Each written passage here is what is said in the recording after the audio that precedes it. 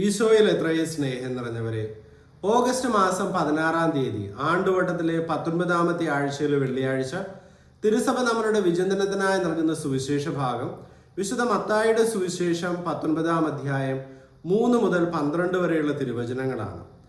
ഒത്തിരിയേറെ കാലിക പ്രസക്തിയുള്ള ഒരു കാര്യമാണ് ഈ സുവിശേഷ ഭാഗത്തിൽ ചർച്ച ചെയ്യപ്പെടുന്നത്. സംഭവം മറ്റൊന്നുമല്ല, അത് വിവാഹമോചനം സംബന്ധിച്ചിട്ടുള്ളതാണ്. ഈശോയോട് ചോദിക്കുന്നത് ഭാര്യ ഉപേക്ഷിക്കുന്നത് നിയമാനുസൃതമാണോ എന്നുള്ളതാണ്. ഈശോ പറയുന്നതാകട്ടെ, ദൈവം യോജിപ്പിച്ചത് മനുഷ്യൻ വേർപെടുത്താതിരിക്കട്ടെ. ഇനി ഈ ഒരു ഉത്തരം കേൾക്കുമ്പോൾ അവർ ചോദിക്കുന്നത് മോശ അത് അനുവദിച്ചിട്ടുണ്ടല്ലോ എന്നുള്ളതാണ്. അതിന് ഈശോ കൊടുക്കുന്ന മറുപടിയാണ് ഈ വിവാഹമോചനം എന്ന് പറയുന്ന ഈ ഒരു പ്രതിഭാസത്തെ എങ്ങനെ നമുക്ക് കൈകാര്യം ചെയ്യുവാനായിട്ട് സാധിക്കുമെന്നുള്ളതിനുള്ള ഉത്തരം. മോശ അവരുടെ ഹൃദയ കാഠിന്യ നിമിത്തമാണ് അത് അനുവദിച്ചതെന്നാണ് ഈശോ പറയുന്നത്. പ്രിയ സഹോദരങ്ങളെ, അന്നത്തെ കാലത്തതിനേക്കാളും വളരെയേറെ കുടുംബങ്ങളെ അലട്ടുന്ന ഒരു പ്രധാന പ്രശ്നമാണ് ഇന്ന് വർദ്ധിച്ചു വരുന്ന വിവാഹമോചനങ്ങൾ. ഒത്തിരിയേറെ വിവാഹമോചനങ്ങൾ നടന്നുകൊണ്ടിരിക്കുന്നു. വിവാഹം കഴിച്ച ഏതാനും ആഴ്ചകൾക്കുള്ളിൽ തന്നെ വിവാഹമോചനത്തിലേക്ക് നീങ്ങുന്നു. ഇനി വിവാഹം കഴിച്ച അനേക വർഷങ്ങൾ ജീവിച്ചിട്ട് മക്കളൊക്കെയായി പിന്നീടും കുറേ വർഷങ്ങൾക്ക് ശേഷം വിവാഹമോചനത്തിലേക്ക് നീങ്ങുന്നു. അപ്പോൾ പല കാരണങ്ങൾ കൊണ്ടാകാം വിവാഹമോചനത്തിലേക്ക് നീങ്ങുന്നത്.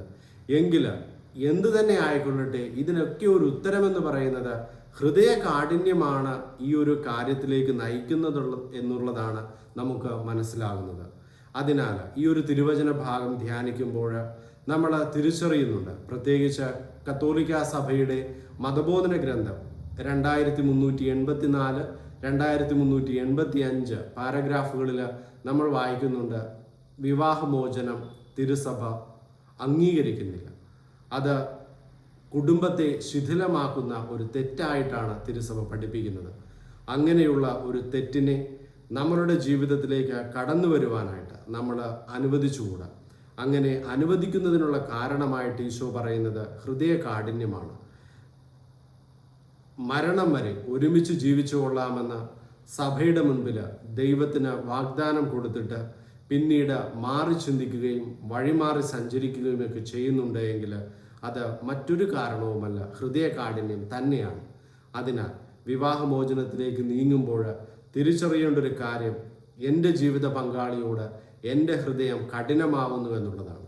മാംസളമായ ഹൃദയങ്ങളുണ്ടെങ്കിൽ എത്ര തന്നെ തെറ്റുകൾ വന്നാലും ഉപേക്ഷിച്ച് കളയാതെ കൂടെ കൊണ്ടു നടക്കുവാനായിട്ട് ജീവിത പങ്കാളികൾക്ക് സാധിക്കും. ഇസ്രായേലിനെ ദൈവം കരുതിയത് തൻ്റെ ജീവിത പങ്കാളിയായിട്ടാണ്. കാരണം ഒരു ഭാര്യാഭർത്തൃ ബന്ധം പോലെയാണ് ഇസ്രായേലിനെ ദൈവം കാണുന്നത് പഴയ നിയമത്തിൽ. അവിടെയൊക്കെ ഇസ്രായേൽ തിന്മ ചെയ്തു പോകുമ്പോൾ ഇസ്രായേലിനെ എന്നേക്കുമായിട്ട് ഉപേക്ഷിച്ച് കളഞ്ഞ ഒരു ദൈവത്തെ നമുക്ക് കാണുവാനായിട്ട് സാധിക്കുകയില്ല.